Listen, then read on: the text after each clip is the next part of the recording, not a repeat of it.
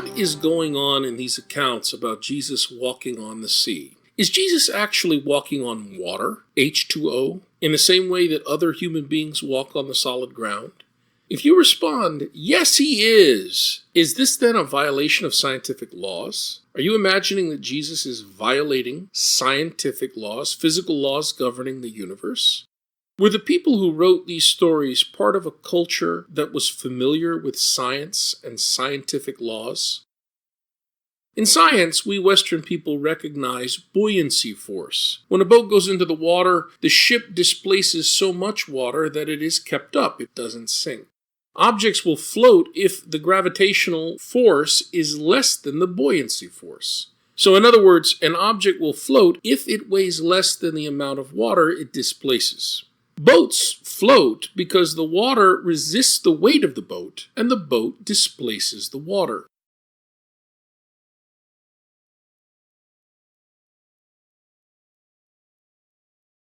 Heavy objects like rocks sink because, although they're heavy, they displace only a little water.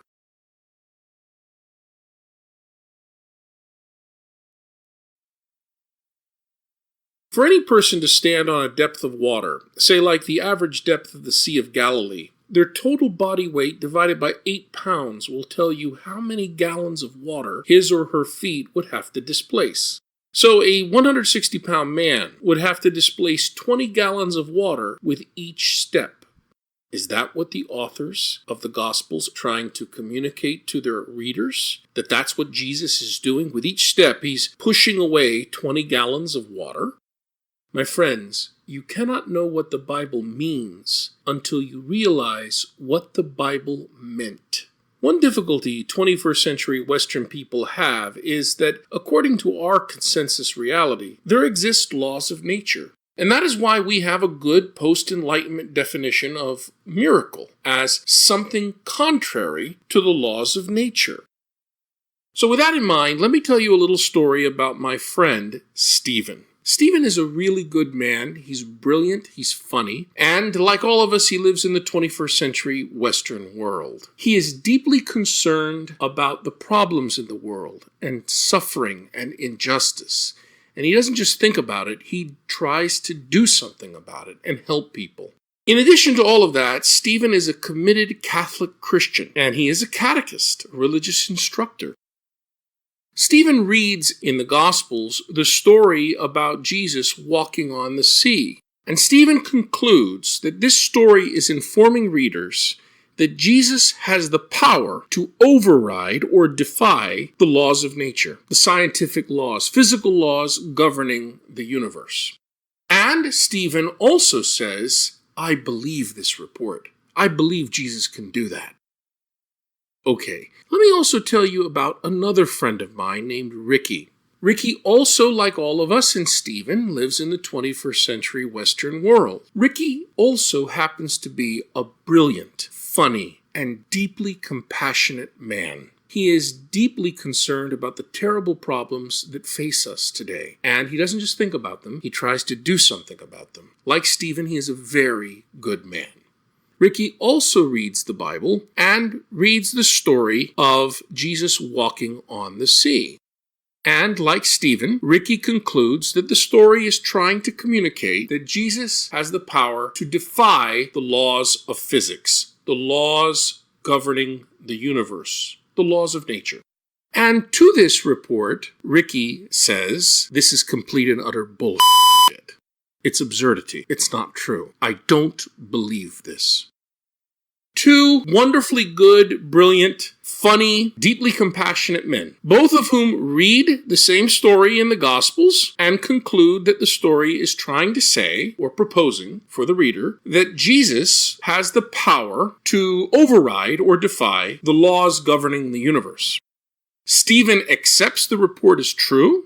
Ricky thinks it's hogwash, nonsense, absurd. He rejects it as untrue. But do you know something that these two 21st century men have in common, besides being brilliant and funny and good men? They are both completely wrong about the story and its meaning. Both have misread the story anachronistically and ethnocentrically. They have distorted its meaning, and they have misunderstood it.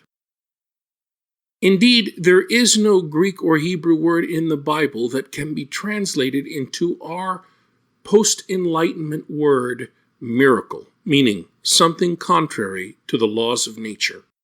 Science, laws of nature, and violations to the laws of nature are simply not part of the consensus reality of the authors of the Gospels or any biblical author or character. They could never have thought of stories like Jesus walking on the sea as a miracle. Try to understand. Consider the concept triangle. Isn't it true that before you can have the concept or idea of triangle, you first have to have grasped what an angle is? Doesn't angle logically come before triangle? And in the same way, this applies to miracles. A miracle is a violation of the physical laws governing the universe.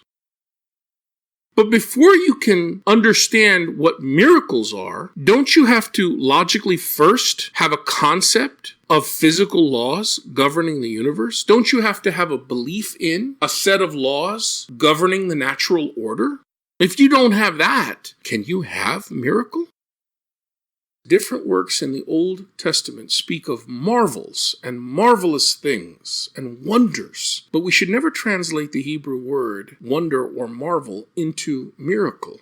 I want you to consider a 21st century Israeli mom, delighted at her collegiate daughter's fine grades at the university. When she exclaims in Hebrew, "Marvelous!" she is not declaring, "Wow, what a violation of the laws of nature. My dumb as dirt daughter did pretty well. She did an absurdity." No, she's not saying that. She is saying, "Marvelous! My very capable daughter studied hard, prepared very well, and applied herself, and look at this marvel that came about." Marvels and wonders. This is how God's deeds, God's acts, God's works are described in the Hebrew Bible. Not miracles, violations of the laws of the universe. They don't have a concept of laws governing the universe. I mean the biblical authors and the biblical characters. And there's no interventions in history. That's not how they think. Intervening implies that God is sometimes absent to the world. Is that how our biblical ancestors in the faith conceive of God? Sometimes the absent one? No. God is never the absent one. God is always the present one in the Bible.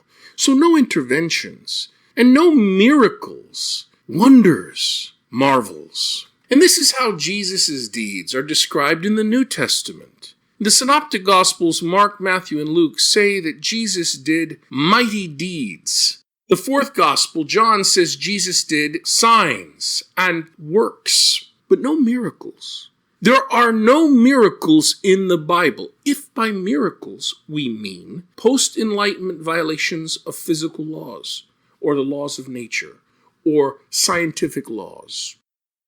I want you to think about this in light of Jesus walking on the sea. Next time, we're going to conclude with a culturally plausible understanding of what's going on exactly with Jesus being seen walking on the sea.